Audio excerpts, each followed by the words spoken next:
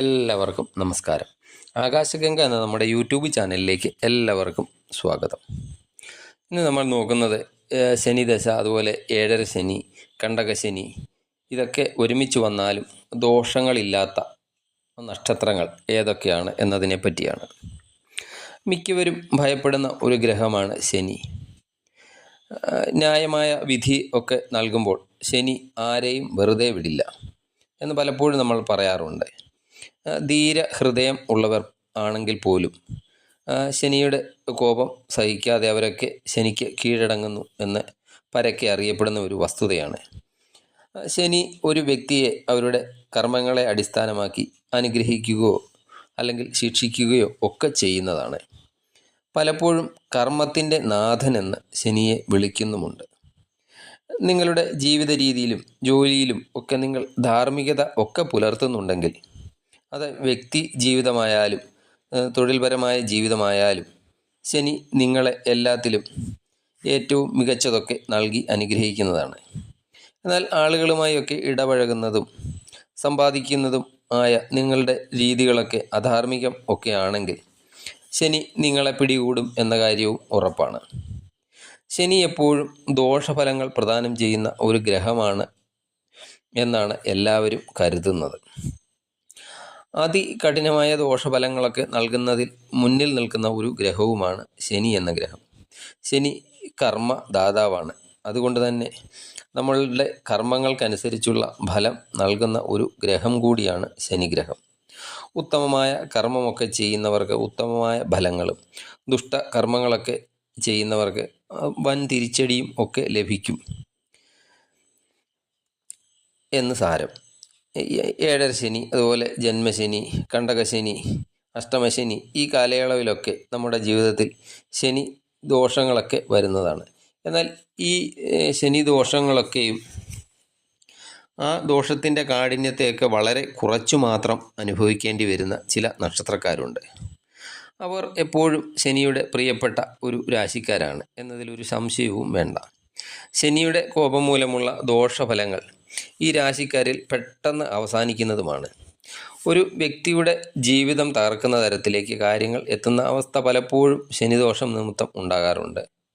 അത് സാമ്പത്തികമായും മാനസികമായും ശാരീരികവും ആയ പ്രതിസന്ധികളൊക്കെ ഉണ്ടാകുമ്പോൾ ഈ ജീവിതം തകരുന്ന ഒരു അവസ്ഥയിൽ ഈ ശനി നമ്മളെ എത്തിക്കാറുണ്ട്. എന്നാൽ എപ്പോഴും ശനി ദയ ചൊരിയുന്ന ചില ഗ്രഹങ്ങൾ ഉണ്ട്.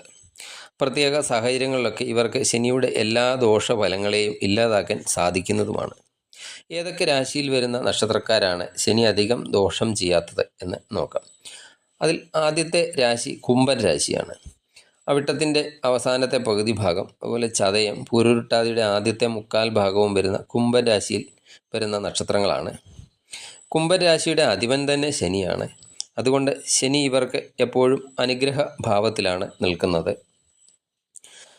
ശനിയുടെ ത്രികോണ ഭാവവും കൂടിയാണ് കുംഭൻ രാശി. അതുകൊണ്ട് പ്രശ്നങ്ങൾ ഉണ്ടായാലും അതിനെ പെട്ടെന്നൊക്കെ തരണം ചെയ്യാനും അതിലൊക്കെ സന്തോഷമൊക്കെ കണ്ടെത്താനും കുംഭൻ രാശിക്കാർക്ക് സാധിക്കുന്നതാണ്. അതുമാത്രമല്ല, പ്രശ്നങ്ങൾ വർദ്ധിച്ചാലും ഇവർക്ക് അതിനെ ഒക്കെ കൈകാര്യം ചെയ്യേണ്ടത് എങ്ങനെയെന്ന് കൃത്യമായി അറിയാനൊക്കെ സാധിക്കുന്നതാണ്.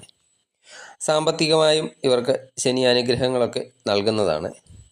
സാമ്പത്തിക ആവശ്യമൊക്കെ വരുമ്പോൾ അവസാന നിമിഷം ഏത് വഴിയെങ്കിലും അതിനുള്ള മാർഗങ്ങളൊക്കെ മുന്നിൽ തെളിഞ്ഞു കിട്ടുന്നതാണ്.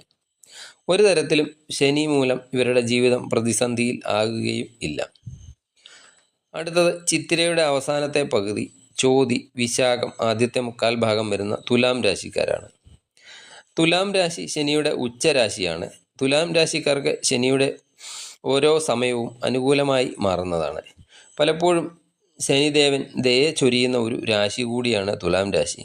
തുലാം രാശിക്കാർ ഇവർക്ക് ഒരു തരത്തിലുള്ള ബുദ്ധിമുട്ടുകളും ശനി നൽകുന്നില്ല എന്ന് മാത്രമല്ല, ഇവരുടെ രാശിയാധിപൻ ശുക്രനായതുകൊണ്ട് തന്നെ ശനിയുടെ ദോഷങ്ങളെയൊക്കെ ശുക്രൻ തടയുകയും ചെയ്യുന്നതാണ്.